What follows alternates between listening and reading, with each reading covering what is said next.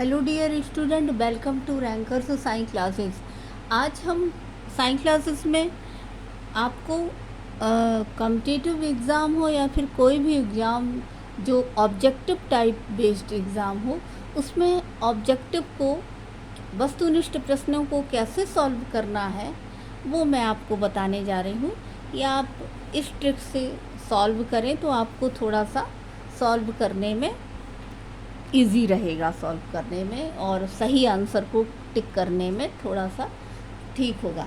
कुछ क्वेश्चंस जो रहते हैं जिसे हम 100% जानते हैं, यानी कुछ क्वेश्चंस ऐसे होते हैं जिसमें हम पूरा 100% कॉन्फिडेंट होते हैं कि ये इसका सही आंसर है, तो उसमें तो हमें कोई प्रॉब्लम नहीं जाते। लेकिन कुछ क्वेश्चंस ऐसे होते हैं जो हमें बिल्कुल भी नहीं पता होता है, मतलब जीरो सेंस, बिल्कुल नहीं समझ में आता कि इसका क्या है। और कुछ होते हैं जिसमें हम डाउट की स्थिति में रहते हैं, 50% डाउट में रहते हैं कि ये भी हो सकता है, 50% ये हो सकता है या ये हो सकता है। तो पहले हम उस क्वेश्चंस को निकाल दें जिनको हमें 100% श्योर है, तो उसमें तो हमें कोई प्रॉब्लम नहीं जाती। सेकंड, हम उनको सॉल्व करें जिसमें कि 50% हमें डाउट रहता है कि ये हो सकता है कि ये हो सकता है। उसमें हम ऐसा करते हैं कि जैसे कोई ऑब्जेक्टिव है, उस ऑब्जेक्टिव को हमने लिया और उसके बाद फिर हमने, जैसे आप सपोज़ करिए कोई भी क्वेश्चंस ले लीजिए, जैसे यही सेकंड, ये तो क्षेत्रफल वाला है। मध्य प्रदेश का प्रथम रत्न परिष्कृत केंद्र निम्नलिखित में से किस स्थान पर स्थापित किया गया। इसमें ऑप्शन है पन्ना, छतरपुर, जबलपुर, रीवा। इन चार में से सबसे पहले हमें कोई नहीं पता कि इसका राइट आंसर क्या है, तो हमें सबसे पहले ये करना है कि हमें वो ऑब्जेक्टिव, वो विकल्प अलग करने हैं जो कि हमें ये दिख रहा है कि ये तो बिल्कुल भी नहीं हो सकता। जैसे हम अगर ये देखें कि इसमें चार में से छतरपुर, रीवा, पन्ना, जबलपुर, तो छतरपुर और रीवा, इसको हम ऐसे अलग कर सकते हैं कि रीवा है और छतरपुर है, यहाँ कोई इंडस्ट्री है ही नहीं, ये इतना डेवलप्ड है ही नहीं। अपना कॉमन सेंस यूज करें कि रीवा में कमिश्नरी है, यूनिवर्सिटी है, लेकिन इंडस्ट्री के, उद्योग के क्षेत्र में वो उतना डेवलप नहीं है। और ऐसे ही छतरपुर में भी कोई भी उद्योग ऐसा नहीं लगाया गया। तो इस वजह से हम कॉमन सेंस यूज करके पहले दो ऐसे ऑब्जेक्टिव को अलग कर सकते हैं जो कि हमेशा चार ऑप्शन में रहते ही हैं, जो कि जिनको राइट होने की, जिनको सही होने की संभावना बिल्कुल भी नहीं रहती। तो उन दो ऑब्जेक्टिव को हम अलग करें। उसके बाद फिर हमारे पास बचे दो ऑब्जेक्टिव, जिसको में थोड़ा सा हमारा बर्डन कम हुआ, और हम इस दो ऑब्जेक्टिव में भी हमें नहीं पता कि ये एकदम राइट आंसर कौन सा है। लेकिन फिर हम ये देखें कि रत्न है, इन्होंने पन्ना दिया है क्योंकि पन्ना में हीरा निकाला जाता है।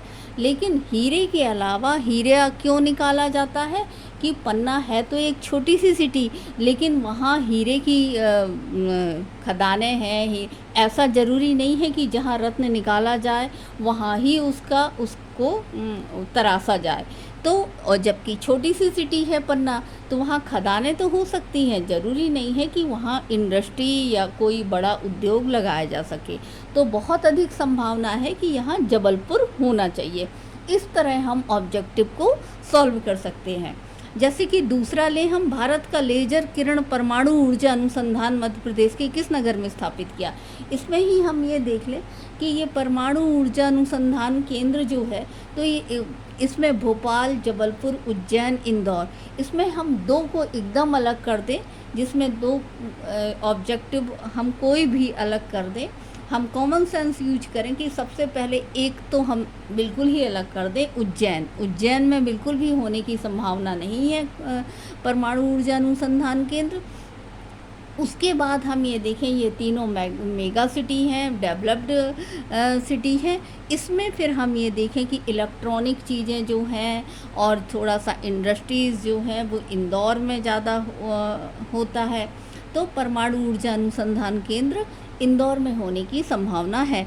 इस तरीके से हम सबसे पहले जो बिल्कुल भी नहीं होने की संभावना है वैसे विकल्प को अलग करके और फिर 2 विकल्पों में ही अपना माइंड और कंसंट्रेट करें और फिर उसमें फोकस करें कि इसमें अब कौन हो सकता है।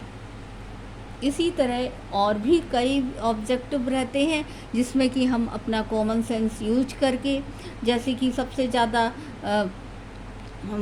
सोयाबीन का उत्पादन निम्नलिखित में से किस ज़िले में सर्वाधिक होता है। तो सोयाबीन, अगर आपको थोड़ा सा आपको मिट्टी पता है और भौगोलिक वो पता है तो उस चीज़ का, जबकि वो नहीं आया इसमें, लेकिन आपने पढ़ा होगा, मिट्टी पढ़ी होंगी, फसलें पढ़ी होंगी, तो सोयाबीन काली मिट्टी में होता है।